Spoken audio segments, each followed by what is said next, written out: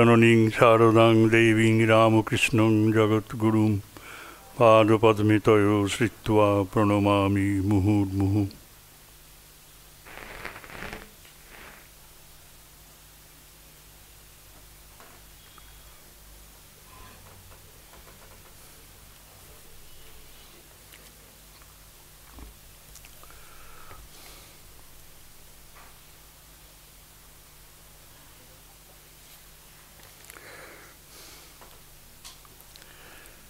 আমরা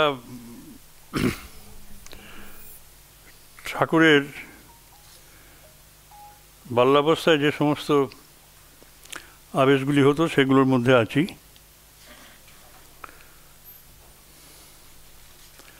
তা শিব সেজেছিলেন, কিন্তু সে রাত্রে গদাধরের বহু প্রযত্নেও সেই ভাব, শিবের ভাব প্রশমিত হয়নি এবং স্বাভাবিক অবস্থায় তার সে রাত্রে ফেরা হয়নি। বাড়িতে কান্নাকাটি উঠিয়াছিল, কিন্তু সূর্যোদয় হইলে প্রকৃতিস্থ হয়েছিলেন। আবার ফুটনোটে আছে, কেহে কেউ বলেন তিনি 3 দিন সমভাবে ওই অবস্থায় ছিলেন।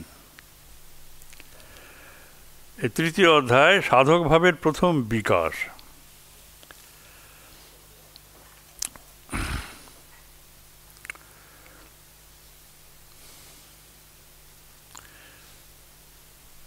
ভাব তন্ময়তা সম্বন্ধে এই ঘটনাগুলি ছাড়া বাল্যকালে আরও অনেক ঘটনার আমরা সন্ধান পাই।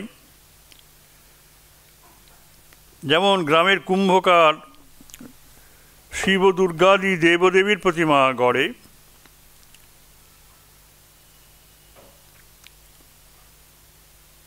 বয়স্যবর্গের সঙ্গে তিনি বেড়াতে বেড়াতে সেখানে গমন করেন। হঠাৎ তিনি তাদের বলেন, মানে ঠাকুর বালক গদাধর বলছেন, এ কি হয়েছে, দেবচক্ষু কি এরূপ হয়? এইভাবে আঁকতে হয়। এইভাবে সে টান দিয়ে এঁকে অমানব শক্তি, করুণা এবং অন্তর্মুখীন ভাব, তার সঙ্গে আনন্দ, এ সমাবেশ একসাথে হয় এবং মূর্তিগুলি যেন জীবন্ত হয়ে ওঠে। এইরকম করে আঁকতে হয় দেখিয়ে দিলেন এবং তারা বুঝলেন। কখনো শিক্ষা লাভ না করেও বালক গদাধর কী করে ওই সব বুঝতে সক্ষম হলো, সকল অবাক হয়ে ভাবতে থাকে।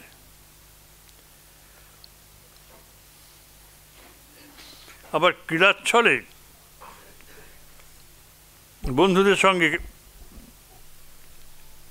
কোনো কোনো দেবতার পূজা করবার সংকল্প করে ঠাকুর ওই মূর্তি এমন সুন্দর গড়ে দিতেন যে দক্ষ কুম্ভকার বা পটুয়ার পক্ষেও সেসব অনুধাবন করা অসম্ভব ছিল।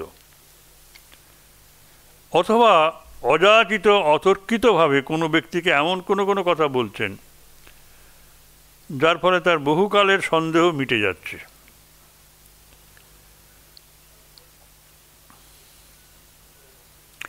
আবার কাউকে কাউকে এমনও বলছেন যে তোমার ভবিষ্যৎ জীবন নিয়ন্ত্রিত হবে এইসব এইভাবে চললে। বালক গদাইকে আশ্রয় করে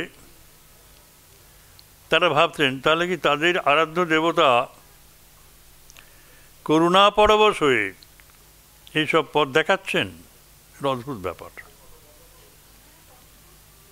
এমনকি শাস্ত্রজ্ঞ পণ্ডিতেরা যে প্রশ্নের মীমাংসা করতে পারছেন না, তিনি এক কথায় সব মিটিয়ে দিচ্ছেন। এর একটা আছে, এই ঘটনাটা ব্যাখ্যা রয়েছে যে কী সেই এমন তর্ক, কুটিল তর্ক। এটা প্রায়শ্চিত্তের ব্যাপার। সে ব্রাহ্মণ সন্তান অনেক অন্যায় করেছেন, তার জন্য বিধান।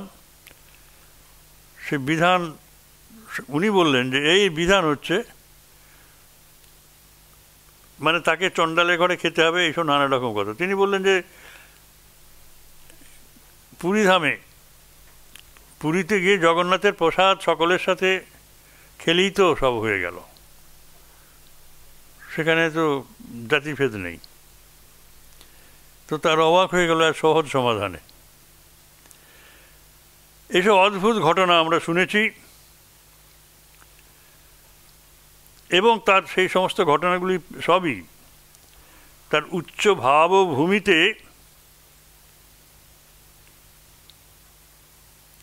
দিব্যশক্তি প্রকাশের পরিচায়ক, এবং সেগুলিকে অনেক ভাগে ভাগ করা যায়। মোটামুটি মহারাজ বলছেন যে 6টি শ্রেণীতে ভাগ করা যাবে।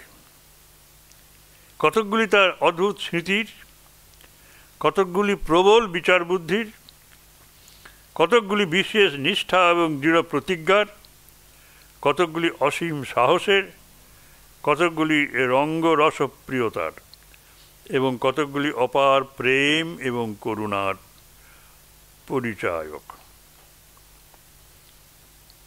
তা স্মৃতি, বিচার বুদ্ধি, নিষ্ঠা, দৃঢ় প্রতিজ্ঞা, অসীম সাহস, রসরঙ্গ প্রিয়তা আর প্রেম বা করুণার পরিচায়ক। এবং এই প্রত্যেকটি ঘটনার ভেতরেই তার মনের অসাধারণ বিশ্বাস, পবিত্রতা এবং নিঃস্বার্থতা ওতপ্রোতভাবে জড়িত। এসব দেখি, দেখা যাচ্ছে যে বিশ্বাস, পবিত্রতা এবং স্বার্থহীন ভাব, এইসব উপাদানে তার মন যেন স্বাভাবিকভাবে নির্মিত হয়েছে, এবং সংসারের বহু ঘাত প্রতিঘাত থাকা সত্ত্বেও স্মৃতি, বুদ্ধি, প্রতিজ্ঞা, সাহস, রঙ্গরস, প্রেম এবং করুণা একসাথে বলে দিলেন।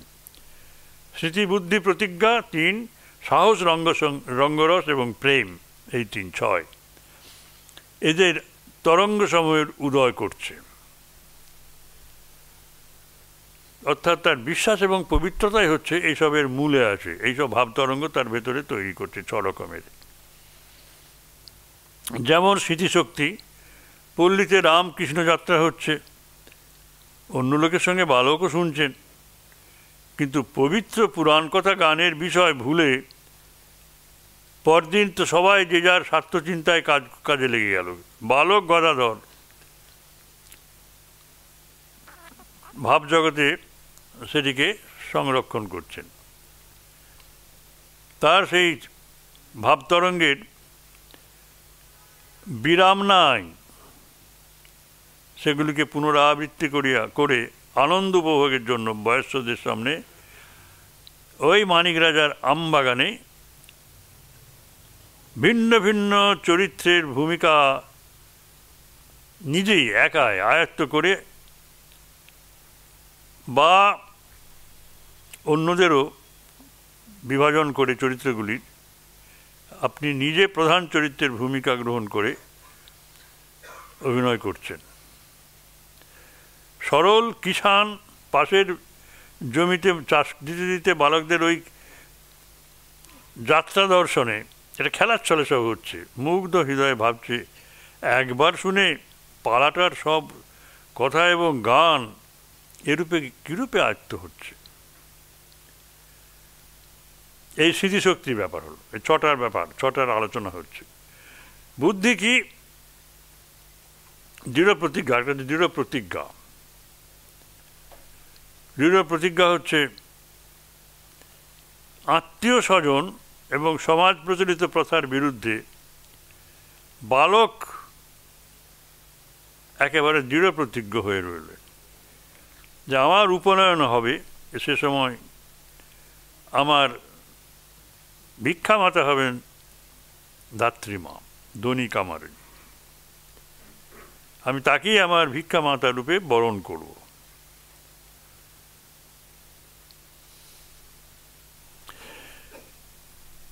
ধনীরও স্নেহ ভালোবাসা তার উপর প্রচুর ছিল, এবং ধনীকে তিনি কথাও দিয়েছিলেন দেবার সময়। এটা তিনি জানতেন যেখানে একটা সামাজিক অনুশাসন আছে, শাস্ত্রীয় বিধি আছে।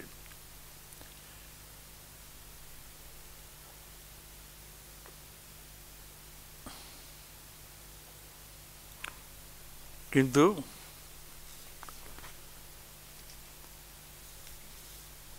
ধনী তাকে নিরস্ত করা যায়নি, এবং তিনি দাদাকে বলেও ছিলেন, দাদা তো নীতিশাস্ত্রে খুব অগাধ পণ্ডিত, আমি তাকে কথা দিয়েছি সত্য রক্ষা না হলে ব্রাহ্মণ হয়ে কী লাভ।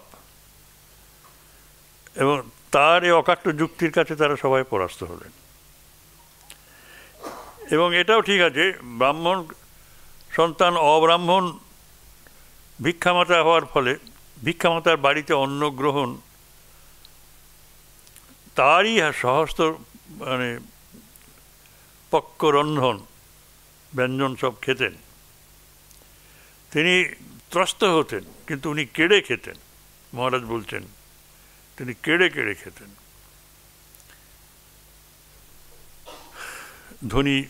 ধনীমা ভয় পেয়ে যেতেন। আবার সাহসটা কীরকম, নাগা ফকিররা সব সে সময় ঘুরে বেড়াতেন গ্রামের দিকে, আমরাও দেখেছি, ভয়ের সঞ্চার হতো। কারণ ওই ফকিরেরা অল্পবয়স্ক বালকদের নানারূপে ভুলিয়ে ভালিয়ে সুযোগ পেলে দূরদেশে নিয়ে গিয়ে দলের বৃদ্ধি ঘটায়। এরকম কিংবদন্তি সর্বত্রই রয়েছে। কামারপুকুরের দক্ষিণ প্রান্তে পুরীধাম যাওয়ার যে পথ আছে, আমরা এখানে যাই, আমরা দেখেছি সেটা। ওইটা দিয়ে ক্রস করে তো আমরা যাই, গ্রামে ঢুকি যখন। সাধু ফকির বৈরাগী বাবাজির দল আসতো, গ্রাম মধ্যে প্রবেশ করে ভিক্ষাবৃত্তির দ্বারা আহার্য সংগ্রহপূর্বক দু একদিন বিশ্রাম করে তারপরে আবার অগ্রসর হতো। তাদের ভয়ে তার বয়স্কগণ দূরে পালালেও বালক গদায় ভীত হওয়ার পাত্র নন। এই ফকিরের দল দেখলেই তাদের সাথে মিশে মধুর আলাপ করে, তাদের আচার ব্যবহার লক্ষ্য করে তাদের সঙ্গে অনেক কাল কাটাতে। কোনো কোনো দিন দেবোদ্দেশে নিবেদিত অন্ন নিজেই খেয়ে নিতেন এবং মাতার নিকট ওই বিষয়ে গল্পও করতেন।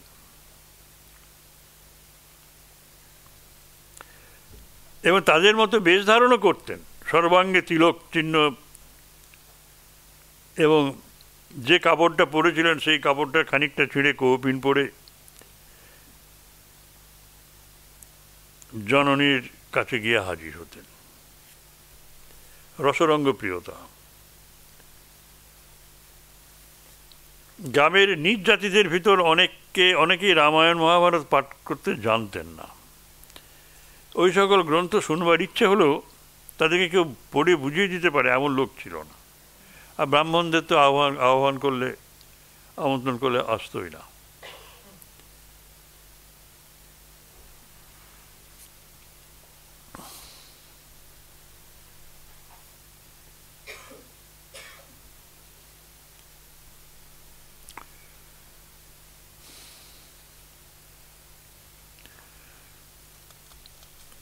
যদিও কোনো কোনো ব্রাহ্মণ যেতেন, তা সেখানেও যে তিনি এই ছোট লোকদের অর্থাৎ হীন জাতিদের লোকেদের সামনে এসে ব্যাখ্যা করছেন, তার জন্য তার অহংকারটা খুব বেড়ে যেত। শ্রোতাদের নিকট তিনি বিশেষ বিসদৃশ অঙ্গভঙ্গি এবং বিসদৃশ সুরে গ্রন্থ পাঠ করে তার নিজের প্রাধান্য জ্ঞাপন করত, তাদের অবহেলা করত। সেই জন্য এই বালক তারা কিভাবে কি করতো সেই রসরঙ্গ প্রিয় ভাবগুলি লক্ষ্য করে সময়ে সময়ে অভিনয় করে এগুলো দেখাতো। এই হলো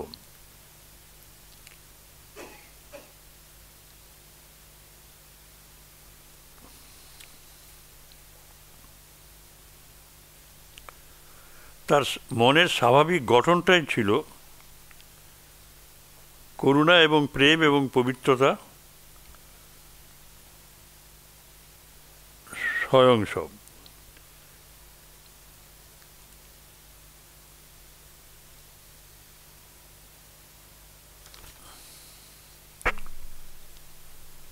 অনেক উদাহরণ আছে।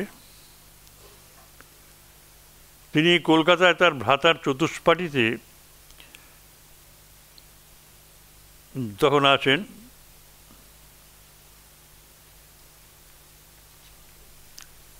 এবং যিনি ওখানে গিয়েছেন, মানে ঠাকুর গিয়েছেন ওখানে, এখানে লেখাপড়া হচ্ছে না, হই হই করে বেড়াচ্ছেন, অতএব ওখানে নিয়ে গিয়ে তাকে পড়াশোনা করতে হবে। তা পড়াশোনায় মনোযোগী উনি ছিলেন না। তা রামকুমার দাদা তিরস্কার অনুযোগ করলে তিনি বললেন, চালকলা বাঁধা বিদ্যা আমি শিখতে চাই না। কি শিখতে চান? তাতে জ্ঞানের উদয় হয়ে মানুষ বাস্তবিক কৃতার্থ হয়। তখন তার বয়স 17 বছর।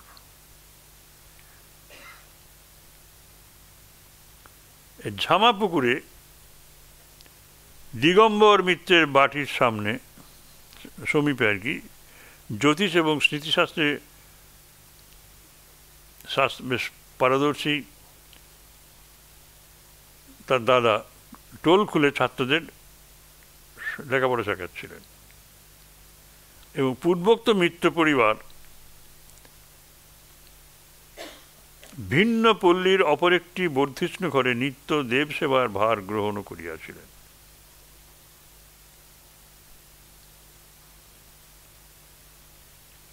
আচ্ছা, পূর্বোক্ত মিত্র পরিবার ভিন্ন পল্লীর অপর কয়েকটি বর্ধিষ্ণু ঘরে নিত্য দেবসেবার ভারও তার দাদা গ্রহণ করেছিলেন। অর্থাগম কিছু হবে, নিত্য ক্রিয়া সমাপন করে ছাত্রদের পাঠদান করতেই তার প্রায় সমস্ত সময় অতিবাহিত হতো। দেব সেবা তার পক্ষে একটা বিষম ভার হয়ে উঠল, আর সেটি ত্যাগও করতে পারছেন না, কারণ বিদায় আদায় টোলের উপর থেকে যা পাওয়া যেত তা খুবই অল্প ছিল, এবং তার দিন দিন হ্রাস পেতে শুরু করলো, বৃদ্ধি হচ্ছিল না। সংসার চলছে না,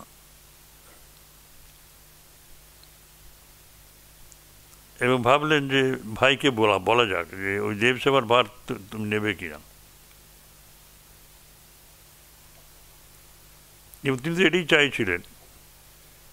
তিনি গদাধর নিজ মনোমতো কর্ম পেয়ে সানন্দে সেগুলি করতেন, অগ্রজের সেবা এবং তার নিকট কিছু কিছু পাঠাভ্যাস করবার চেষ্টা করতেন। গুণসম্পন্ন প্রিয়দর্শন বালক অল্পকালেই সেই কামারপুকুরের মতোই ওই অঞ্চলের সব পরিবারের রমণীগণের অত্যন্ত প্রিয় হয়ে উঠলেন।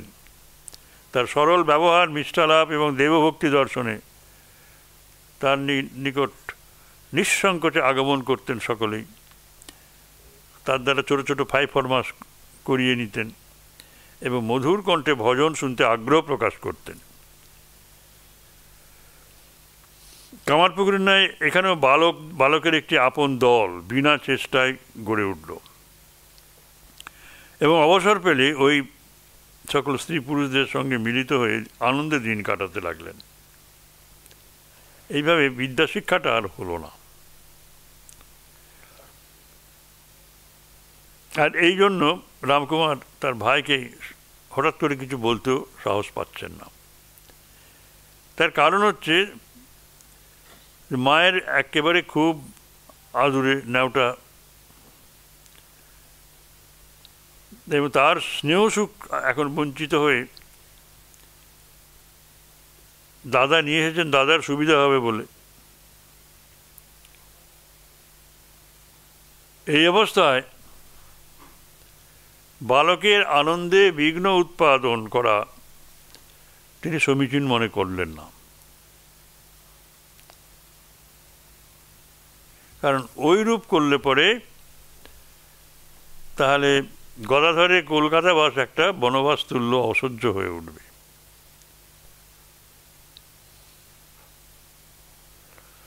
এবং এই অপরাধবোধটা রামকুমারের মধ্যে ছিল যে সংসারে যদি অভাবটা না থাকতো তাহলে এই ভাইটিকে তার মায়ের কাছ থেকে ছিনিয়ে এনে দূরে আনবার কোনো প্রয়োজনও ছিল না। কিন্তু সবই তো মায়ের ইচ্ছা। দেখুন, কামারপুকুরের নিকটবর্তী গ্রামের কোনো পণ্ডিত মশাইয়ের কাছে পড়াতে পাঠালেই ভালো হতো। এইরূপ চিন্তার বশবর্তী হয়ে রামকুমার কয়েক মাস কোনো কথা না বললেও পরিশেষে কর্তব্যজ্ঞানের প্রেরণায় একদিন বালককে মৃদু তিরস্কারও করলেন।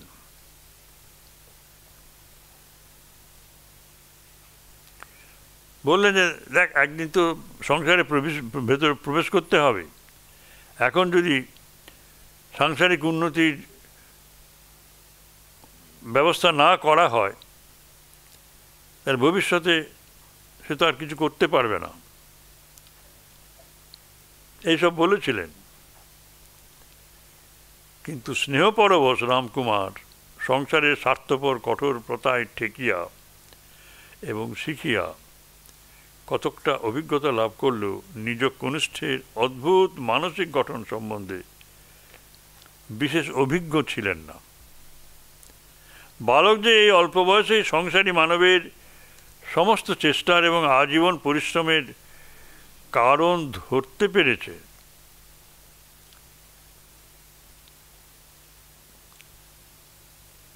অর্থাৎ সব মানুষ ঊর্ধ্বমুখ না হয়ে অধোমুখে জীবিকা অর্জনের জন্য যে পরিশ্রম করে চলেছেন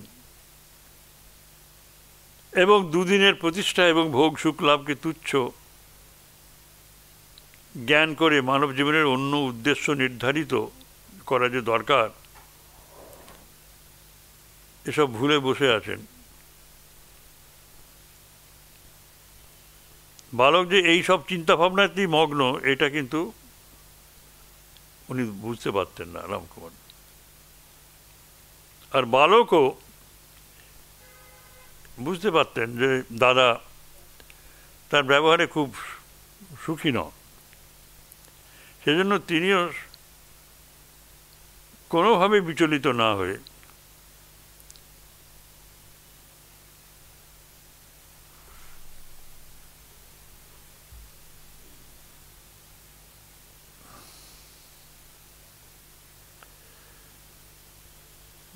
দাদাকে সমস্ত কিছু বলেছিল যে আমার এসব ভালো লাগে না।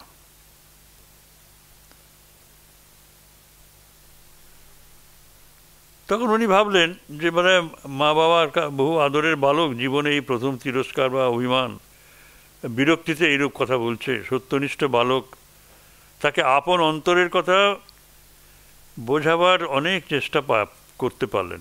অর্থকরী বিদ্যা শিখতে তার প্রবৃত্তি হচ্ছে না, এভাবে নানাভাবে প্রকাশ করলেন। কিন্তু বালকের সে কথা শুনে কি? বালক তো বালক, বয়োবৃদ্ধ কাকেও যদি কোনোদিন আমরা স্বার্থচেষ্টায় পরাণমুখ দেখি, তবে সিদ্ধান্ত করে বসি তার মাথাটা খারাপ হয়ে গেছে। বালকের ওই কথা রামকুমার সেদিন বোঝেননি, কিন্তু তাকে তিরস্কার করলেও তিনি অনুতপ্ত হতেন নিজেই। আবার শতগুণ আদর যত্ন করে তাকে সুস্থ করতেন। এইরূপে কিছুকাল গেল।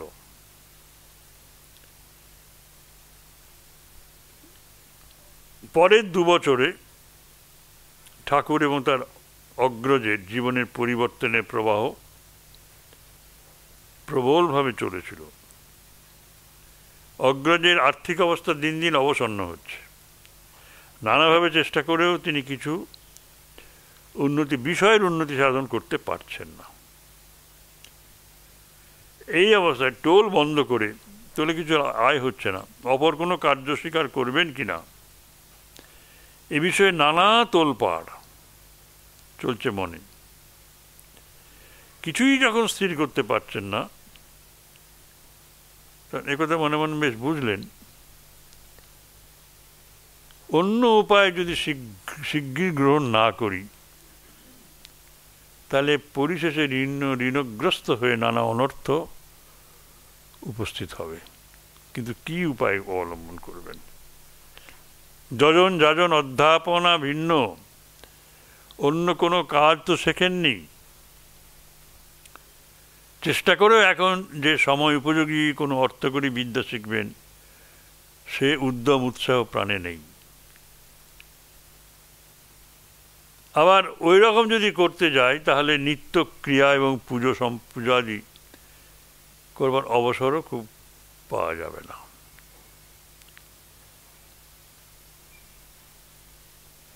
আর সামান্যে সন্তুষ্ট সাধু প্রকৃতির রামকুমার বৈষয়িক ব্যাপারে বিশেষ উদ্যমী পুরুষও ছিলেন না। সুতরাং যা করেন রঘুবীর এই ভেবে এতদিন ওইখানে পড়েছিলেন এবং এগুলি করছিলেন একেবারে পুরোপুরি ভগ্ন হৃদয়, মনে শান্তি ছিল না। কিন্তু যিনি তাকে তাদের এই অবস্থায় ফেলেছেন, পথে বসিয়েছেন, তিনি আবার পথ দেখিয়ে নিয়ে যাবেন। তাই তো পথে যিনি বের করেছেন তিনি পথের দিশা দেখাবেন, দেখিয়ে দিলেন।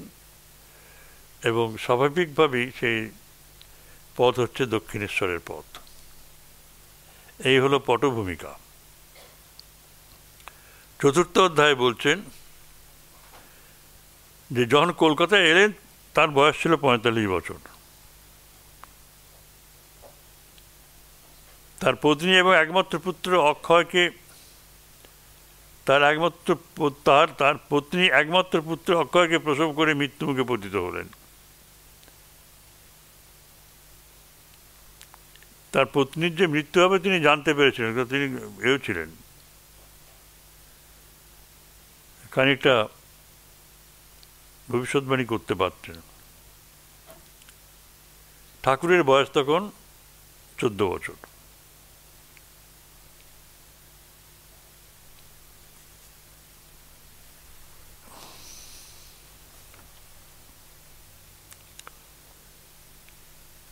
এইবার সমস্ত ঘটনাটা বলছেন। তারপর তিনি ওখানে কিছুদিন থাকার পর দেখলেন এখানে কিছু হচ্ছে না গ্রামে, কলকাতায় যাবেন। 1259 সালে কলকাতায় এলেন, 3 বছর কলকাতায় অতিবাহিত করলেন।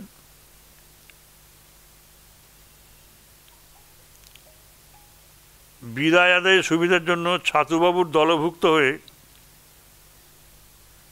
তার অগ্রজ যখন নিজ চতুষ্পাঠী শ্রীবৃদ্ধি সাধনের যত্নপর ছিলেন, তখন কলকাতার অন্যত্র এক সুবিখ্যাত পরিবার মধ্যে ঈশ্বরেচ্ছায় যে ঘটনা পরম্পরার উদয় হচ্ছিল তাতেই এখন পাঠককে মনোনিবেশ করতে হবে। কলকাতার দক্ষিণাংশে জানবাজার নামক পল্লীতে প্রথিত কীর্তি রানী রাসমণির বাস। 4টি কন্যার মাতা রানী 44 বছর বয়সে বিধবা হন। তদাবধি স্বামী রাজচন্দ্র দাসের প্রভূত সম্পত্তির তত্ত্বাবধানে স্বয়ং নিযুক্ত থেকে সমধিক শ্রীবিদ্যে সাধনপূর্বক অল্পকাল মধ্যেই কলকাতাবাসীর নিকট সুপরিচিত হয়ে ওঠে। কেবল বিষয়ক্রম পরিচালনার দক্ষতা দেখিয়ে তিনি যশস্বিনী হন নাই। তার ঈশ্বর বিশ্বাস, ওজস্বিতা, দরিদ্রদের প্রতি নিরন্তর সহানুভূতি, তার অজস্র দান, অকাতর অন্ন ব্যয়, এইগুলিও তাকে সকলের বিশেষ প্রিয় করে তুলেছিল। অনেক ঘটনা আছে পূর্ণটে। সে গঙ্গায় ইয়েরা নিলেন জেলেদের মাছ ধরার জন্য।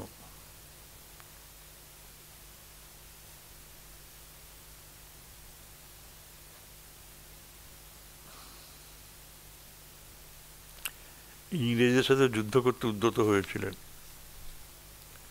বাস্তবিক নিজ গুণ এবং কর্মে এই রমণী তখন আপন রানী নাম সার্থক করছিলেন।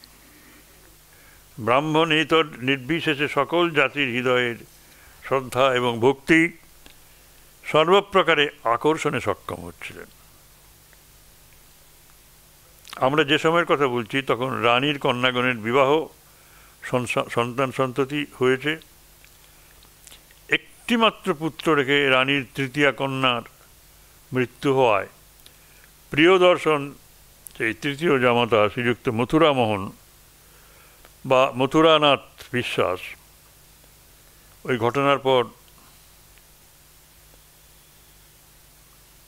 ওই ঘটনায় পর হয়ে যাবেন ভেবে রানী তার চতুর্থ কন্যা শেষ কন্যা শ্রীমতী জগদম্বা দাসীর বিবাহ উক্ত জামাতার সঙ্গেই সম্পন্ন করে ছিন্ন হৃদয় এই মথুরের ছিন্ন হৃদয়কে পুনরায় স্নেহপাদে আবদ্ধ করলেন স্নেহপাশে। রানীর ওই 4টি কন্যার সন্তান সন্ততিগণ এখনো বর্তমান। রানী রাসমণি রায় চন্দ্র দাস, 4টি মেয়ে পদ্মমণি, কুমারী, করুণাময়ী এবং জগদম্বা। পদ্মমণির স্বামী রামচন্দ্র দাস, তার ছেলেরা হচ্ছে গণেশ, বলরাম, সীতানাথ, তাদের ছেলে হচ্ছে গোপাল কৃষ্ণ, গিরিবালা, অমৃত। দ্বিতীয় কুমারী প্যারি চৌধুরী হচ্ছেন তার স্বামী। এখন যিনি আছেন তারা ওই এই চৌধুরী বংশের, কুশল চৌধুরী আছেন না, তার হচ্ছেন যদুনাথ স্বামী, পুত্র। যদুনাথের পুত্র চণ্ডী, প্রসন্ন, দুলাল, কিশোর, নন্দ। এই করুণাময়ীর একটিমাত্র ছেলে ছিল ভূপাল, মথুরামোহনের প্রথমা স্ত্রী। শশী, গিরীন্দ্র, মনীন্দ্র এই 3 পুত্র। আর জগদম্বার কাছে, জগদম্বার মাধ্যমে মথুরামোহনের আর যে 3টি পুত্র, তার দারিক, ত্রৈলোক্য এবং ঠাকুরদাস। দারিকের পুত্র হচ্ছে গুরুদাস, কালিদাস, দুর্গাদাস। আর ত্রৈলোক্যের পুত্র হচ্ছেন অনেকগুলি, গোপাল, শ্রীগোপাল, ব্রজগোপাল, নৃত্যগোপাল, মোহন গোপাল, গোপাল দিয়ে। এইভাবে বংশলতিকাটা দেয়া আছে।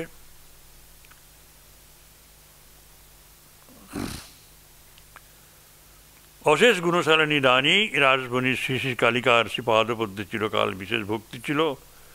জমিদারি সেরেস্তার কাগজপত্রে নামাঙ্কিত করবার জন্য তিনি যে শিলমোহর নির্মাণ করেছিলেন তাতে খোদিত ছিল কালীপদ অভিলাষী শ্রীমতী রাসমণি দাসী। ঠাকুরের শ্রীমুখে শুনিয়াছি, বলছেন মহারাজ, তেজস্বিনী রানীর দেবী ভক্তি ওইভাবে সকল বিষয়ে প্রকাশ পাইত। কাশী যাওয়ার জন্য তৈরি ছিলেন, বিশ্বেশ্বর এবং অন্নপূর্ণা মাতাকে দর্শন করবার বাসনা। অনেক অর্থ তিনি সঞ্চয় করেছিলেন সেজন্য, কিন্তু স্বামীর মৃত্যু হয়, নিজ স্কন্ধে এই গুরুভার পতিত হয়, এতদিন ওই বাসনা ফলবতী করতে পারেননি।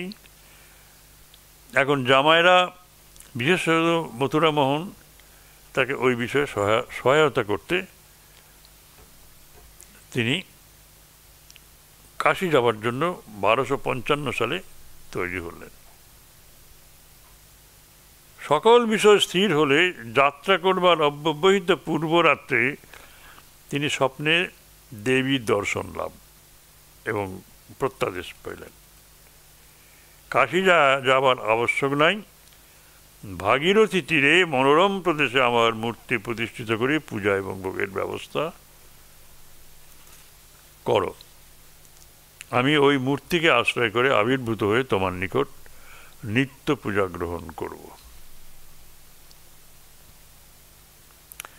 কেউ কেউ বলেন যাত্রা শুরু করে দিয়েছিলেন রানী কলকাতার উত্তরে দক্ষিণেশ্বর গ্রাম পর্যন্ত অগ্রসর হয়ে নৌকার উপর রাত্রিবাস করবার সময় এই আদেশ লাভ করেন।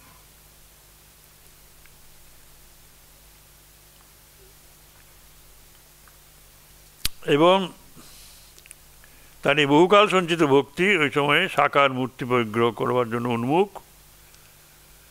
এবং ভাগীরথী তীরে বিস্তীর্ণ ভূখণ্ড ক্রয় করে তিনি বহু অর্থ ব্যয়ে তদুপরি নবরত্ন পরিশোভিত সুবৃহৎ মন্দির, দেবারাম ও তৎসংলগ্ন উদ্যান নির্মাণ করলেন।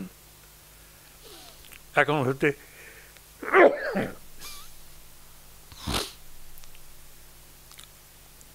আরব্ধে 1262 সালে উক্ত দেবালয় সম্যক নির্মিত হয়ে ওঠেনি দেখে রানী ভাবলেন জীবন অনিশ্চিত, মন্দির নির্মাণে বহুকাল ব্যয় করলে শ্রী শ্রী জগদম্বাকে প্রতিষ্ঠা করবার সংকল্প নিজ জীবনে কার্যে পরিণত হবে না।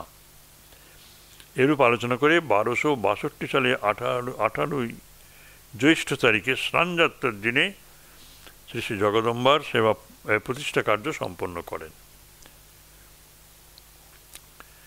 এটি তো হলো, কিন্তু এর পূর্বে আরও কয়েকটি কথা পাঠকের জানা আবশ্যক। কালীবাটির জমির পরিমাণ 60 বিঘা, এটি দেবোত্তর দানপত্রে লেখা আছে। 1847 খ্রিস্টাব্দের সেপ্টেম্বর মাসের 6 তারিখে ওই জমি কলকাতা সুপ্রিম কোর্টের অ্যাটর্নি হেস্টি নামক এক ইংরেজের নিকট হতে ক্রয় করা হয় এবং এই মন্দিরটি নির্মাণ করতে প্রায় 10 বছর লেগেছিল। দেখুন ফুটনোট।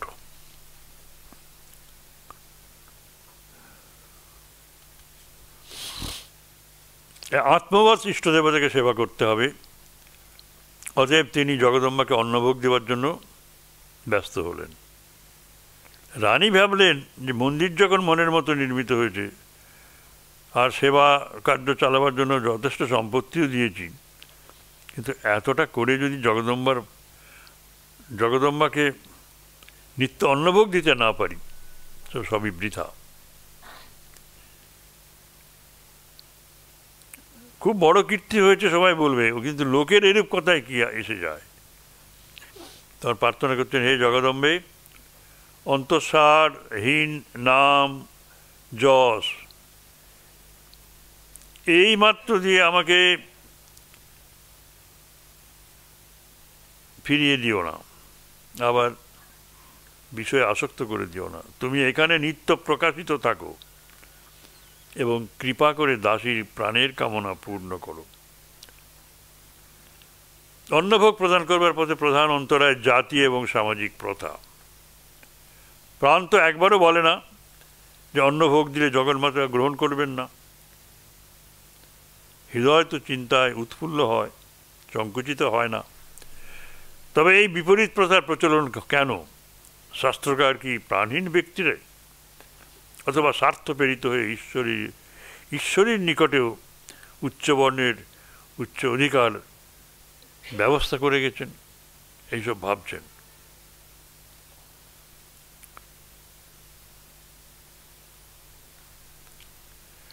তিনি যাই ভাবুন না কেন, ব্রাহ্মণেরা দেবালয়ে উপস্থিত থেকে প্রসাদ গ্রহণ করবেন না। শাস্ত্রজ্ঞ পণ্ডিতদের বিধান আনালেন, কেউ তাকে ওই বিষয়ে উৎসাহিত করেননি।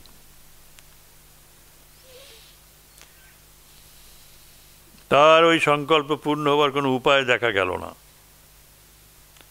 পণ্ডিতগণের কাছ থেকে বারংবার প্রত্যাখ্যাতা হবার পর তার আশা যখন প্রায় নির্মূল, তখন ঝামা পুকুরের চতুষ্পাটি থেকে এক দিবস ব্যবস্থা এলো।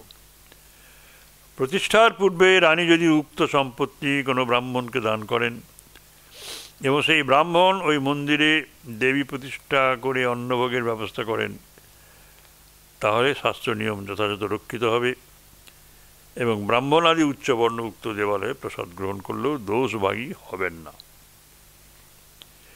এই ব্যবস্থা পেয়ে রানীর হৃদয়ে আশা আবার মুকুলিত হয়ে উঠল।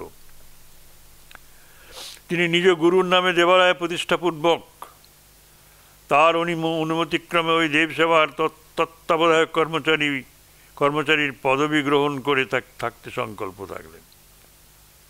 বলে, আমি এই দেবসেবার তত্ত্বাবধায়ক কর্মচারীর পদবি গ্রহণ করে থাকবো, দাস হয়ে থাকবো। এই রামকুমার ভট্টাচার্যের চট্টোপাধ্যায়ের ব্যবস্থা অনুযায়ী কাজটি করতে তিনি দৃঢ় সংকল্প। কাজটি সামাজিক প্রথার বিরুদ্ধ, ওরূপ করলেও ব্রাহ্মণ সজ্জনেরা এখানে প্রসাদ গ্রহণ করবেন না। কেউ কেউ নানা পরোক্ষে নানা এইসব কথা বললেও ওটি যে স্বাস্থ্যবিরুদ্ধ আচরণ হবে এই কথা কেউ কিন্তু বলতে সাহস পেলেন না।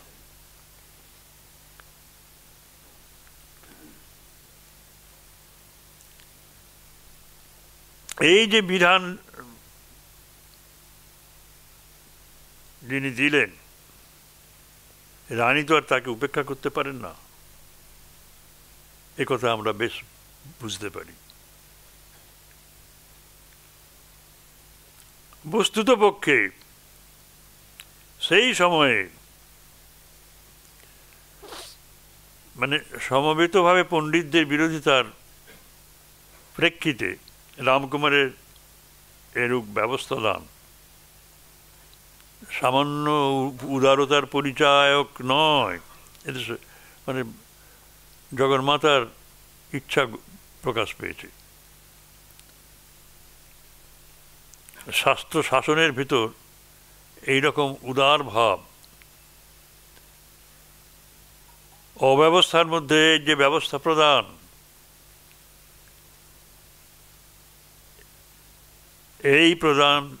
এই সিদ্ধান্ত যিনি দেন তিনিও বিরল মানুষ, বিরল ব্যক্তি। সে যা হোক, রামকুমারের সঙ্গে রানীর সম্বন্ধ ওইখানেই সমাপ্ত হলো না। তিনি গুরুবংশীয়গণকে যথাযথ সম্মান প্রদান করলেন। তাদের শাস্ত্রজ্ঞানের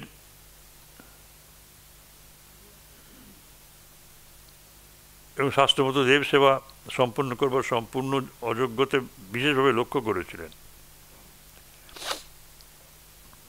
বলে আমি যদি নিজ গুরুবংশীয় সব ব্রাহ্মণদের দেব সেবার কাজে লাগাই তাহলে আর সেবা টেবা হবে না। খুব বুদ্ধিমতী, দেখুন, যিনি বিধান দিয়েছেন তাকেই নিয়োজিত করতে হবে, এই ভাব আর কি।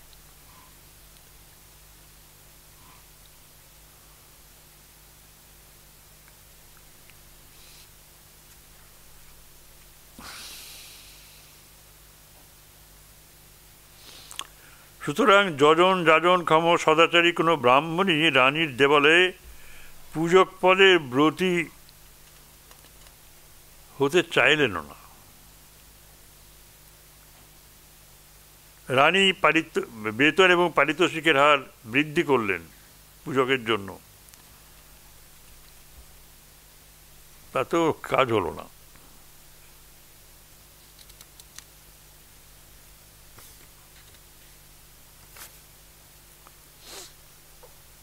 এই চলছে এখানে। আর অন্যদিকে কামারপুকুরের আশেপাশে সব একটু ঘোরাঘুরি করতে হবে এখন। ঠাকুরের ভগিনী শ্রীমতী হেমাঙ্গিনী দেবীর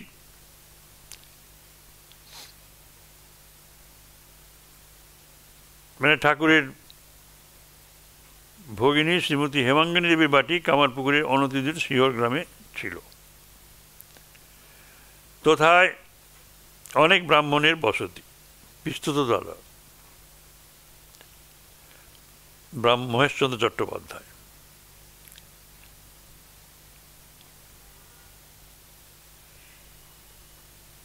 এই মহেশ চট্টোপাধ্যায়, কেউ কেউ বলেন এই বংশীয়রা কোনো সময় মজুমদার উপাধি প্রাপ্ত হয়েছিলেন। এক ব্যক্তি রানীর সরকারে কর্ম করতেন, 2 পয়সা লাভ হতে পারে ভেবে ইনি এখন রানীর দেবালয়ের জন্য পূজক, পাচক প্রভৃতি সকল প্রকার ব্রাহ্মণ কর্মচারী জোগাড় করবার ভার নিলেন। রানীর দেবালয়ে চাকরি স্বীকার করাটা দূষণীয় নয়।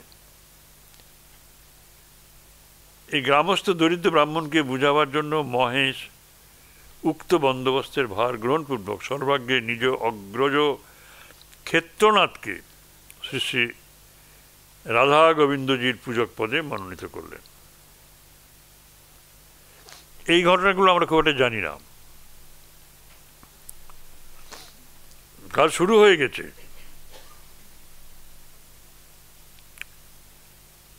ওইখানেই মহেশ চট্টোপাধ্যায় ওই শিওরের, তিনি কলকাতায় এসে সরকারে কর্ম করতেন। তিনি যখন এসব শুনলেন এখানে অর্থও আছে, ঠিক আছে, জোগাড় করলেন লোকজন, নিজেরই দাদাকে ক্ষেত্রনাথকে রাধাগোবিন্দজির পূজক পদে নিযুক্ত করলেন।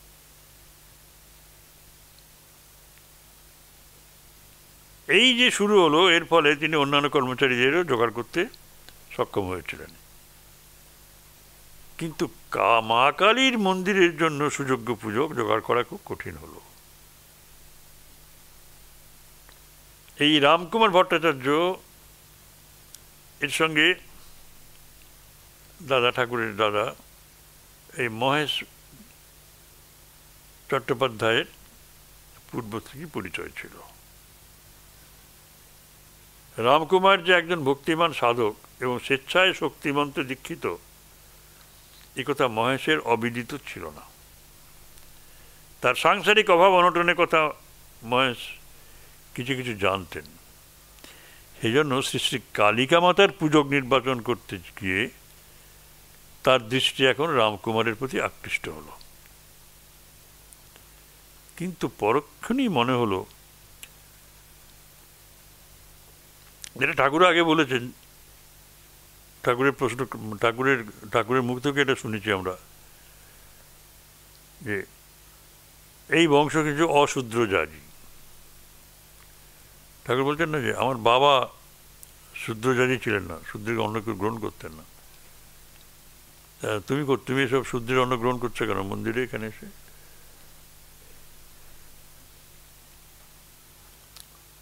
তারপরে ভয়টা ছিল, যে মহেশবাবুর এই ভয়টা ছিল যে রামকুমারে তো অশূদ্র জাতি, ওর বাবাও ছিলেন, কলকাতায় এসে যে দু একজনের বাটিতে পূজকের পদ গ্রহণ করেছে, কিন্তু এই কৈবর্ত জাতীয় রানী দেবালয়ে কি ওরূপ করবেন? যা হোক, দেবী প্রতিষ্ঠার দিন সন্নিকট, সুযোগ্য লোকও পাওয়া যাচ্ছে না। তাহলে বোঝা যাচ্ছে যে তার আগে রাধাগোবিন্দজির পূজা শুরু হয়ে গেছে, শুধু মূল মন্দিরের প্রতিষ্ঠা তখনও হয়নি। অতএব সকল দিক ভেবে মহেশ একবার ওই বিষয়ে চেষ্টা করে যুক্তিযুক্ত বিবেচনা করলেন, এবং তিনি নিজে না গিয়ে রানীকে এই সমস্ত কথা বললেন, যে প্রতিষ্ঠার দিনে অন্তত রামকুমার যাতে পূজকের পদ গ্রহণ করে সেটা আপনি বলুন। এখন পূর্বোক্ত ব্যবস্থাপত্রটা তো রামকুমারই দিয়েছেন, অতএব তার সম্বন্ধে উচ্চ একটা ধারণা তার হয়েছে রানীমার। একথা শুনে তিনি বিশেষ আনন্দিতা হলেন এবং দীনভাবে তাকে বলে পাঠালেন, শ্রী শ্রী জগন্মাতাকে প্রতিষ্ঠা করতে আপনার ব্যবস্থা বলেই আমি অগ্রসর হয়েছি, এবং আগামী সানযাত্রার দিনে শুভ মুহূর্তে ওই কার্য সম্পন্ন করবার জন্য সমুদয় আয়োজনও করেছি। রাধা গোবিন্দজির পূজক তো পাওয়া গিয়েছে, কিন্তু কোনো সুযোগ্য ব্রাহ্মণী শ্রী শ্রী কালীমাতার পূজক পদ গ্রহণে সম্মত হয়ে আমাকে প্রতিষ্ঠা কার্যে সহায়তা করিতে অগ্রসর হইতেছেন না। অতএব আপনি এ বিষয়ে যা হয় একটা ব্যবস্থা করুন এবং আমাকে বিপদ হতে রক্ষা করুন। আপনি সুপণ্ডিত, শাস্ত্রজ্ঞ, অথবা এই পূজকের পদে যাহাকে তাহাকে নিযুক্ত করা চলে না, এ কথা বলা বাহুল্য। এই অনুরোধপত্র নিয়ে মহেশ রামকুমারের নিকট গেলেন। তাকে নানা রূপে বুঝিয়ে সুযোগ্য পূজক না পাওয়া পর্যন্ত পূজকের আসনে স্বীকৃত করাইলেন, আসন গ্রহণে। এরূপে লোভ পরিশূন্য ভক্তিমান রামকুমার নির্দিষ্ট দিনে শ্রী শ্রী জগদম্বার প্রতিষ্ঠা বন্ধ হওয়ার আশঙ্কাতেই প্রথম দক্ষিণেশ্বরে আগমন করেন এবং পরে রানী এবং মথুরবাবুর অনুনয়ে বিনয়ে সুযোগ্য পূজকের অভাব দেখে ওই স্থানে যাবজ্জীবন থেকে যান। শ্রী শ্রী জগদম্বার ইচ্ছাতেই সংসারে ছোট বড় সকল কাজ সম্পন্ন হয়। দেবী ভক্ত শ্রীরামকুমার তিনি তন্ত্রমতেও তো দীক্ষা নিয়েছিলেন বলা হয়েছে আগে। দেবী ভক্ত রামকুমার ওই বিষয়ে ইচ্ছাময়ীর ইচ্ছা জানতে পেরে ওই কার্যে ব্রতী হয়েছিলেন কিনা কে বলিতে পারে। বলে এই যে বর্ণনাটা দিলাম, মহারাজ বলছেন শারদানন্দজি, এটি আমরা হৃদয়রামের নিকট হতে প্রাপ্ত হয়েছি। কিন্তু ঠাকুরের ভ্রাতুষ্পুত্র শ্রীযুক্ত রামলাল ওই সম্বন্ধে অন্য কথা বলেন। তিনি বলেন, কামারপুকুরের নিকটবর্তী দেশরা গ্রাম নামক গ্রামের রামধন ঘোষ রানী রাসমণির কর্মচারী ছিলেন। দেশরা জানি আমরা,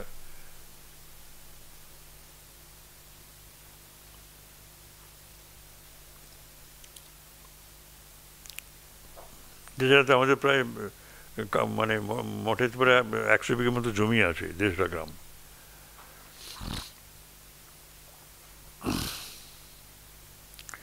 কার্যদক্ষতায় ইনি রানীর সুনজরে পড়েন, দেয়ান পর্যন্ত হয়েছিলেন। কালীঘাট প্রতিষ্ঠার সময় ইনি শ্রীযুক্ত রামকুমারের সঙ্গে পরিচয় থাকায় এই নিমন্ত্রণ পত্র দেন। রামকুমার তাতে রানীর যানবাজারস্থ ভবনে উপস্থিত হয়ে রামধনকে বলেন, রানী কৈবর্ত জাতীয়া, আমরা তার নিমন্ত্রণ এবং দান গ্রহণ করলে এক ঘরে হয়ে যাব। রামধন সে সময় তাকে খাতা দেখিয়ে বলেন, কেন? এই দেখো, কত ব্রাহ্মণকে নিমন্ত্রণ করা হয়েছে, তারা সকলেই খাবে এবং রানীর বিদায় গ্রহণ করবে। রামকুমার তাতে বিদায় গ্রহণে স্বীকৃত হয়ে কালীবাটি প্রতিষ্ঠার পূর্বদিনে ঠাকুরের সঙ্গে দক্ষিণেশ্বরে উপস্থিত হন। ঠাকুরকেও নিয়ে এসেছিলেন। প্রতিষ্ঠার পূর্বদিনে যাত্রা, কালীকীর্তন, ভাগবত পাঠ, রামায়ণ কথা ইত্যাদি নানা বিষয়ে কালীবাটিতে আনন্দের প্রবাহ ছুটেছিল এবং রাত্রিকালেও ওইরূপ আনন্দের বিরাম হয়নি। অসংখ্য আলোকমালায় দেবালয়ের সর্বত্র দিবসের ন্যায় উজ্জ্বল ভাব ধারণ করেছিল। ঠাকুর বলতেন, ওই সময় দেবালয় দেখে মনে হলো রানী যেন রজতগিরি তুলিয়া আনাইয়া এখানে বসাইয়া দিয়াছেন। পূর্বোক্ত আনন্দোৎসব দেখবার জন্য শ্রীযুক্ত রামকুমার প্রতিষ্ঠার পূর্বদিনে কালীবাড়িতে উপস্থিত হয়েছিলেন। রামলাল ভট্টাচার্যের পূর্বোক্ত কথায় অনুমিত হয় রামধন ও মহেশ উভয়ের অনুরোধে শ্রীযুক্ত রামকুমার দক্ষিণেশ্বর প্রাঙ্গণে আগমনপূর্বক পূজকের পদ অঙ্গীকার করেছিলেন। যা হোক, রানী রাসমণি এরূপ অসম্ভব অভাবিত উপায়ে রামকুমারকে পূজক রূপে পেয়ে খুব খুশি এবং জগদম্বাকে নবমন্দিরে প্রতিষ্ঠিত করলেন। শোনা যায়, দিয়তাং ভুজ্যতাং শব্দে সেদিন ওই স্থান দিবারাত্র সমভাবে কোলাহলপূর্ণ হয়ে উঠেছিল। রানী অকাতরে অজস্র অর্থ ব্যয় করে অতিথি অভ্যাগত সকলকে আপনার ন্যায় আনন্দিত করে তুলতে চেষ্টা ত্রুটি করেন নাই। সুদূর কান্নকুব্জ, বারাণসী, শ্রীহট্ট, চট্টগ্রাম, উড়িষ্যা, নবদ্বীপ এইসব পণ্ডিত প্রধান স্থান থেকে বহু অধ্যাপক ব্রাহ্মণ পণ্ডিত ওই উপলক্ষে সমাগত হয়ে ওই দিন প্রত্যেকে রেশমি বস্ত্র, উত্তরীয়, বিদায় স্বরূপ একটি করে স্বর্ণমুদ্রা প্রাপ্ত হয়েছে। শোনা যায়, দেবালয় নির্মাণ এবং প্রতিষ্ঠা কল্পে রানী 9 লক্ষ মুদ্রা ব্যয় করেন এবং 2,26,000 মুদ্রার বিনিময়ে ত্রৈলোক্যনাথ ঠাকুরের নিকট থেকে ঠাকুরবাড়ির থেকে আর কি দিনাজপুর জেলার ঠাকুরগাঁ মহকুমার অন্তর্গত শালবাড়ি পরগনা ক্রয় করে দেবসেবার জন্য দানপত্র লিখে দিয়েছিলেন। তার প্রচুর ব্যয়ভার হবে, তো ব্যয়ভার সেটাও বহন করবে, একটা বিশাল লাট লিখে দিলেন ঠাকুরগাঁ। কেউ কেউ বলেন ভট্টাচার্য রামকুমার ওই দিন সিধে রয়ে গঙ্গা তীরে বরন্ধন করে আপনি অভীষ্ট দেবীকে নিবেদন করে প্রসাদ ভোজন করেন, কিন্তু আমাদের ওই কথা সম্ভবপর বলে বোধ হয় না। কারণ দেবী ভক্ত রামকুমার স্বয়ং ব্যবস্থা দিয়ে দেবীর অন্নভোগের বন্দোবস্ত করেছিলেন। তিনি এখন ওই নিবেদিত অন্ন গ্রহণ না করে আপন বিধানের এবং ভক্তিশাস্ত্রের বিরুদ্ধ কাজ করবেন, এই কথা নিতান্ত অযুক্তিকর। ঠাকুরের মুখেও আমরা ওই কথা শুনিনি। অতএব আমাদের ধারণা তিনি পূজান্তে হৃষ্টচিত্তে শ্রী শ্রী জগদম্বার প্রসাদী নৈবেদ্যই গ্রহণ করেছিলেন। ঠাকুর কিন্তু ওই আনন্দ উৎসব উপলক্ষে সম্পূর্ণ হৃদয়ে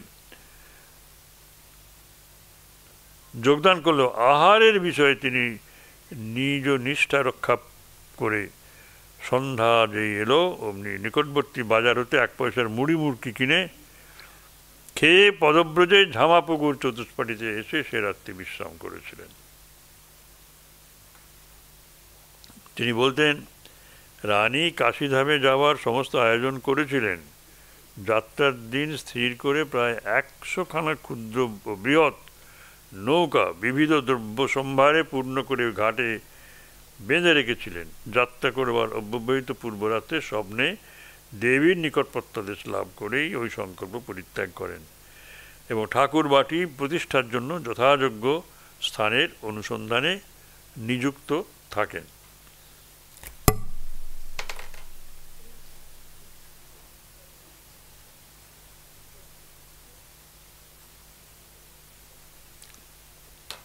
একটা কথা বলি, দেখুন, আমরা বলি স্বপ্ন স্বপ্ন স্বপ্ন মিথ্যা।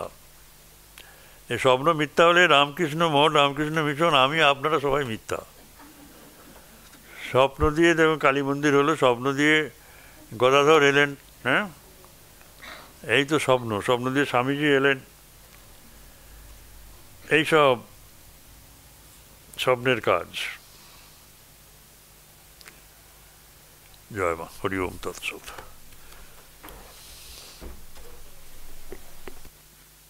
নমস্কার।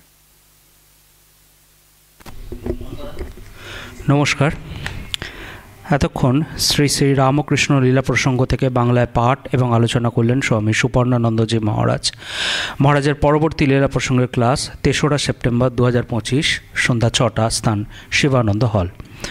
আগামীকাল 21 তারিখ সন্ধ্যা 6টায় শ্রী শ্রী রামকৃষ্ণের জীবন ও ভাবনা এই বিষয়ে বাংলায় আলোচনা করবেন স্বামী সর্বভূতানন্দজি মহারাজ। স্থান বিবেকানন্দ হল, সময় সন্ধ্যা 6টা। নমস্কার, ধন্যবাদ, শুভরাত্রি।